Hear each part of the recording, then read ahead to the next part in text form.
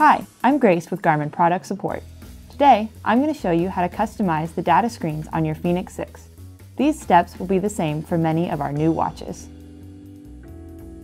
Activity profiles have default data screens set based on the most commonly used data screens.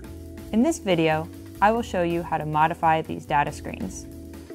To begin, use the Start/Stop button to access the activities list.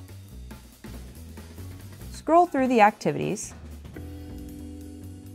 and then use the Start/Stop button to select the activity you would like to use.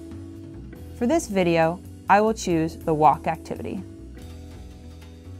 Here, you can scroll through the default data screens that have been set for this activity. To access the Custom Setting menu to modify the layout and the data fields, press and hold the Up button. Next, select Walk Settings. This title may be different for you based on the activity you have chosen. Next, select Data Screens. Here, you can scroll through the default settings that have been set for this activity. When you have found the one you would like to change, select it with the Start/Stop button. Next, select Layout.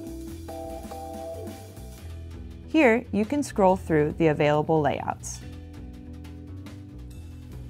When you have found the one you would like to use, select it with the Start/Stop button.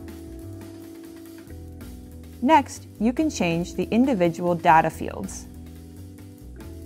Select Data Fields and scroll through the data fields until you have found the one you would like to change.